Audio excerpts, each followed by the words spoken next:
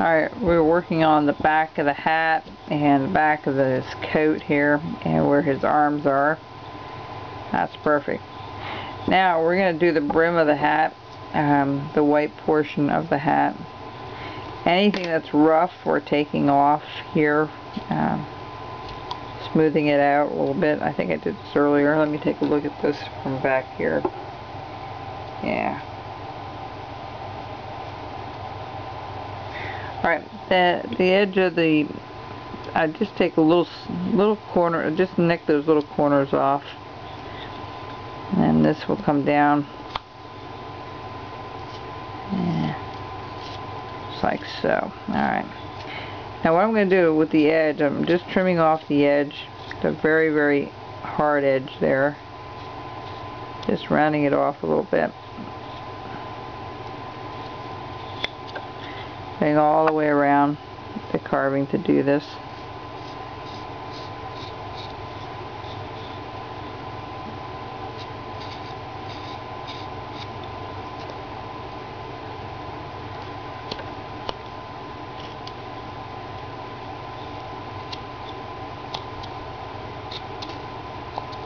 Alright. Now when you've been carving for 20-30 minutes, you should take a strop like this, piece of leather, and hone up your tool. We're going to do that. I do about the same amount of strokes on each side.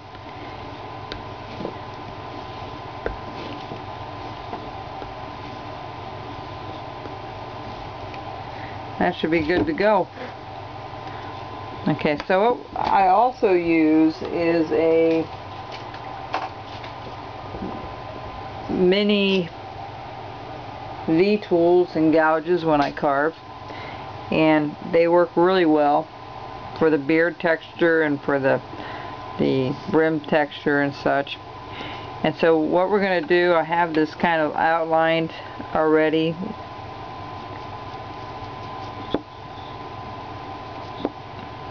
Alright, so what I do first, now you don't have to use this, I do it because I find it's a little easier. I just take my thumb, rest it on my piece, and then I kind of follow that line around. Now you want to keep this hand out of the way. Remember, your glove is not going to protect you from stabs. It may help you not get as severely injured, but it will go through a glove for the most part. The gloves are great for slicing motion, not stabbing motions. The Kevlar is just like a Kevlar on a policeman's vest, and that's why the armored piercing ones are with a point.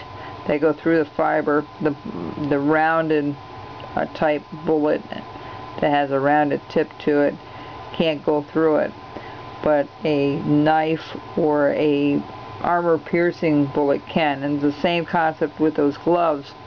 They are Kevlar gloves, but they are great for if you're trying to cut and you cut across and you go hit your hand, it will not cut you. But stabbing and any pointed objects, any stabs with a gouge or anything, it can, and it will cut you. Maybe not as severely, but it will go through. Unless you have the metal mesh, and I don't really know that much about it. I really never paid much attention to any other gloves other than the Kevlar glove. Some of you I know will use that, and it works pretty well. So what we're going to do is we're going to take my knife. I'm going to spray it just to soften up the wood a little bit. Whoops, spray in the right direction would help. There we go. And I'm just going to go around. I'm spraying inside that groove to soften it up. So when I take my knife, I'm going to go from the brim into the hat, and I'm just going to make it a nice, just take your time doing this because you can slip off and jab yourself. So just kind of work your way around. Use your thumb as your pivot point to control your cut. Okay. And then what I do is I come down this way and I redefine that cut. Make it nice and crisp. The gouges, they all have a little bit, even the parting tool has a little bit of a gouge look to it, a little rounded at the corner. As you can see here, it's not a clear separation. There's just a little bit of a gouge at the end of the V tool, and this is an actual V cut that I'm doing now when two are exactly together and there's not a little bit of a gouge in the middle. So I like to be able to do that. So I've come up here and now if it doesn't free up, I go back. I don't pull it out. I go back and I recut it till it comes out. When you start pulling it, that's when you start ripping the fibers of the wood or pulling out something you shouldn't.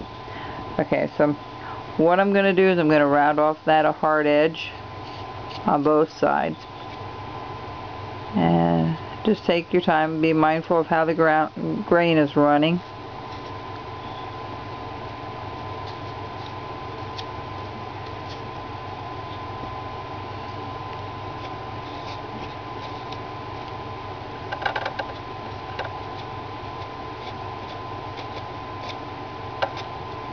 Okay, and then do the bottom, take that, kind of blend that edge into your hat, into the brim there. There we go. Alright, I'm going to take a little more off up here. Now I make some folds, usually in the back of the hat. Just a couple. I used to do it in the front. I'm not doing it as much in the front right now. In fact, what I'll do is I'll take this up a little further and I'll cut that from the tassel over. Alright, like it's hanging over better. Same thing on the back side. I then round off your edges again. I might put another little notch up here.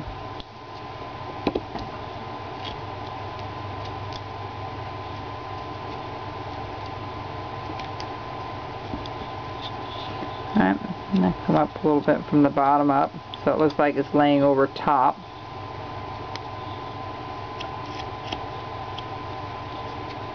If you want to redefine that a little bit, you can put your tip of your knife in there and take a little bit more out. Alright, so that's our two folds in it, and we have this here. I'm going to trim this back a little bit. I'm not happy with the way that looks. Let me bring this back here for a second. I'll be right back, folks.